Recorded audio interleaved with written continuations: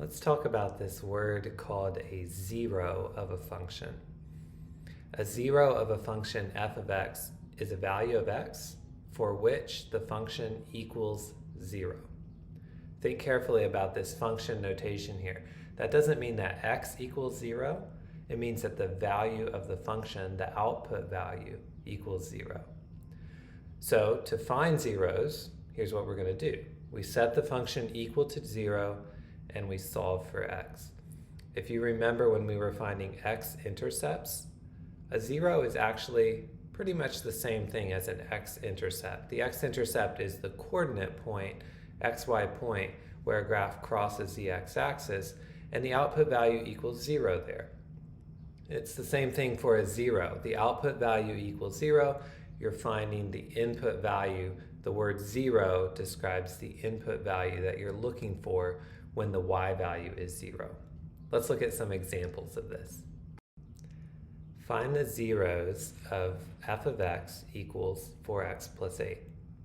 So I'll take this function f of x, I'll set it equal to 0, and I'll solve this equation for x. So we subtract 8 from both sides. 4x equals negative 8, and I divide by 4 to get x equals negative 2. This is the zero of the function. Now here it said find the zeros, implying there could be more than one. However, if we're looking at a linear function, this is the equation of a line on a graph, it should make sense that a linear function will typically have one zero. A horizontal line will have no zeros. But in general, a linear function will have 1, 0 because it only crosses the x-axis one time. I'm not sketching this graph to scale, but the graph looks something like this. When we found this 0, x equals negative 2, graphically what we're finding is the x value right here where the graph crosses the x-axis. Second, find the zeros of f of x equals 3/2 x minus 4. So I'll do the same thing.